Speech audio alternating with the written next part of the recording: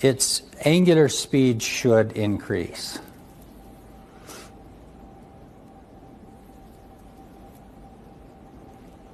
And sure enough, it's one of the most spectacular demonstrations, I think, of conservation of angular momentum.